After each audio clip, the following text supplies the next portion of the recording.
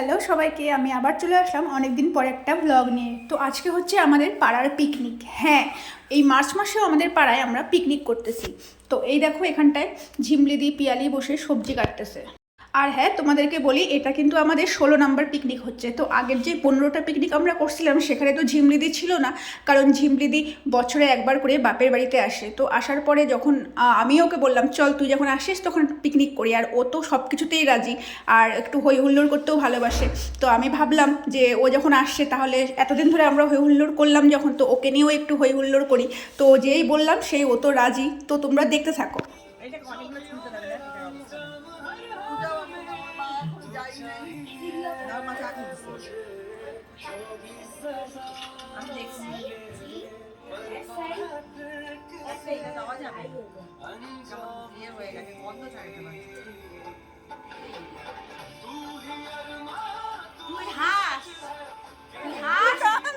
বাড়ির থেকে চাল ডাল তেল ডাব্বা দিয়ে পাঠা দিছে আমাকে।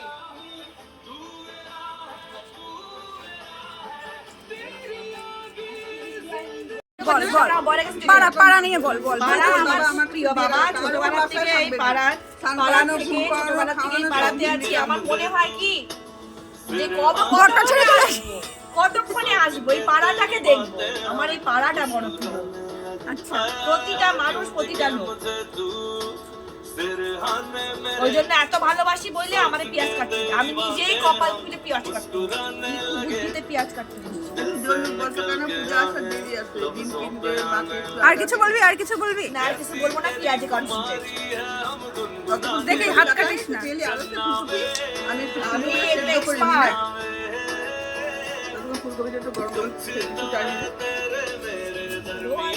আমি একাধারে।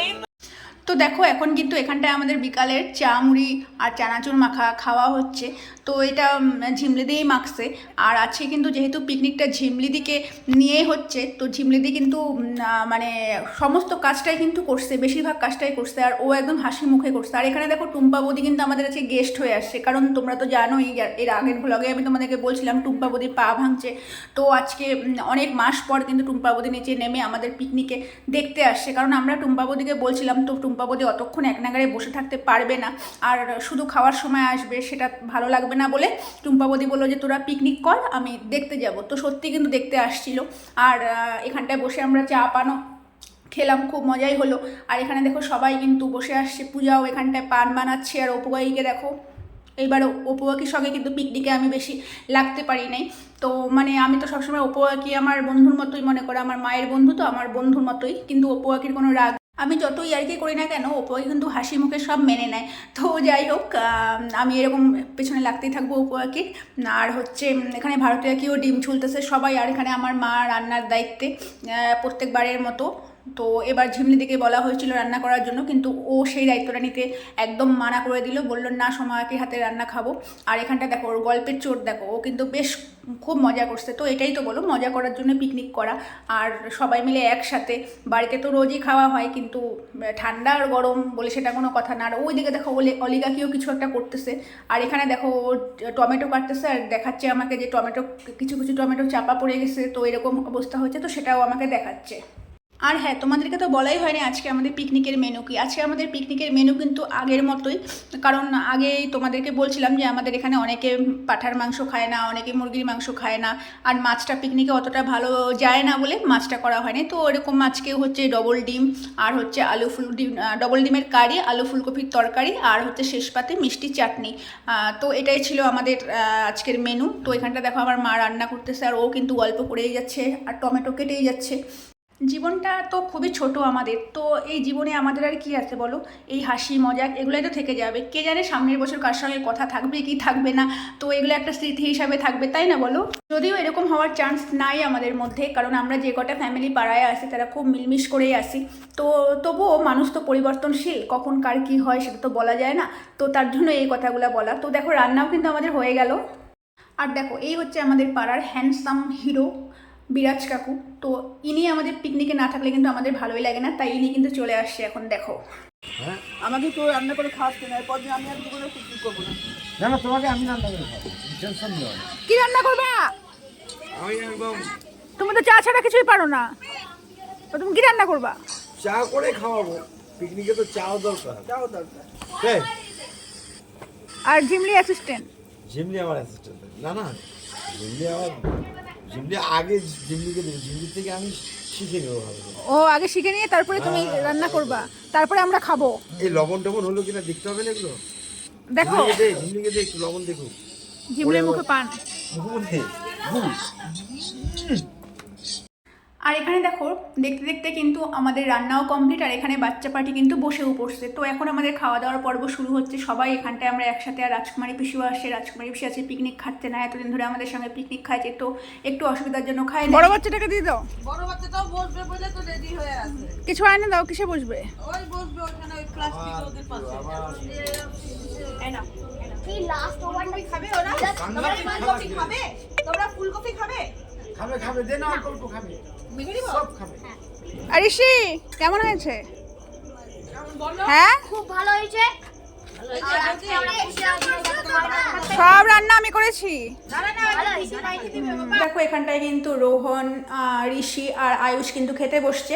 তো এখানটা দেখো ঋষি হচ্ছে ঝিমরিদির ছেলে, তো ও কিন্তু আমাকে তুই তুকারি করে মিষ্টু বলেই ডাকে।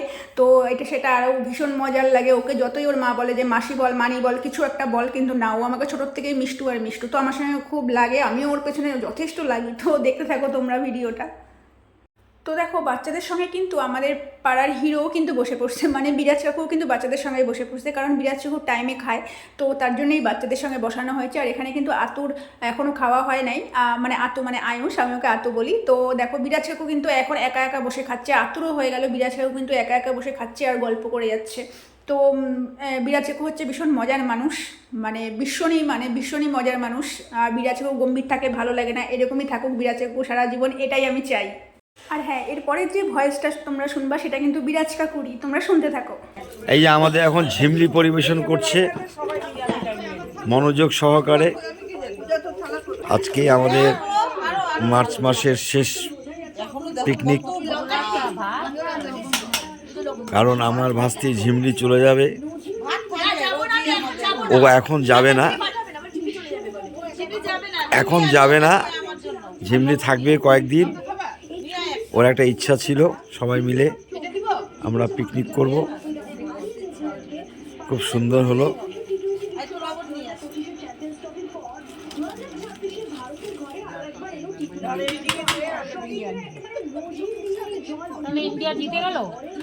ইন্ডিয়া জিতে গেল আজকে, সেই খুশিতে একটু খাওয়া দাওয়াটা বেশি হয়ে গেল।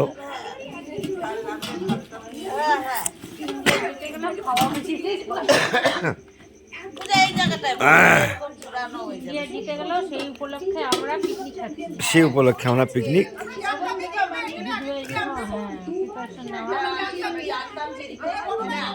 এত সুন্দর একটা মানে ইয়ে খেলছে এই জায়গাটা, এটা আমরা আশাই করছিলাম।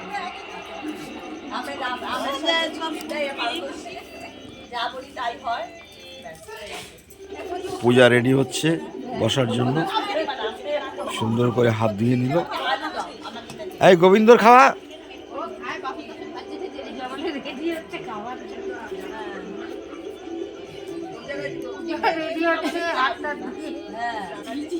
পিয়ালি বসে বসে খাচ্ছে চেয়ারে সুন্দর করে। ও নিচে বসতে পারে না, একটু অসুবিধা হয়।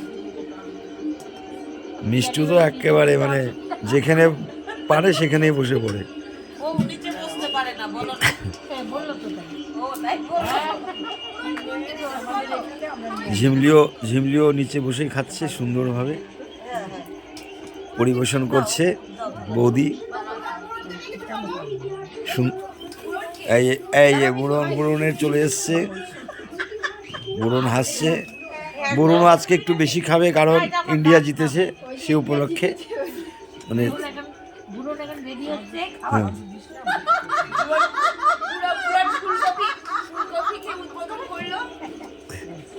প্রথমে না, বুড়ন রাত্রে খাওয়াটা বেশি একটা খায় না, তবে আজকে সবাই একসাথে আছে সেই জন্য আজকে একটু বেশি খাবে।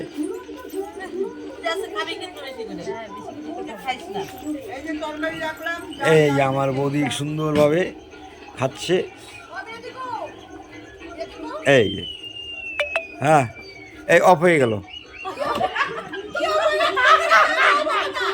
না না অফ হয়নি, না না না। আচ্ছা প্রথমেই বলি রান্না খুব সুস্বাদু হয়েছে, খুব সুন্দর হয়েছে। হ্যাঁ রান্নার তো তুলনা হয় না, খুবই সুন্দর। বৌদি এখন একটু বেশি নিয়ে নিল।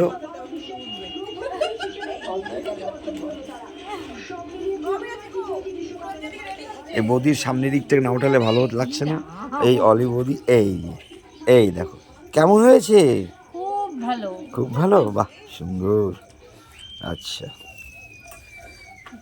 এই একটা আনন্দ। বুড়নকে বলা হয়ে গেছে, বুড়ন আজকে একটু সবাই একসাথে খাচ্ছে দেখে একটু বেশি খাবে। দেখছিস তো লাস্ট ফুলকপি ভালোই লাগে। আজকের মতন এখানেই সমাপ্ত করে দিলাম। তো কেমন লাগলো তোমাদের বিরাচাকুর এই সুন্দরভাবে বলাটা? তো আশা করি আমার ভিডিওটা তোমাদের ভালো লাগলো, আর সাথে বিরাচাকুর বলাটাও। তো যদি ভালো লেগে থাকে অবশ্যই কিন্তু একটা লাইক করে দিও। তো আজকের জন্য টাটা।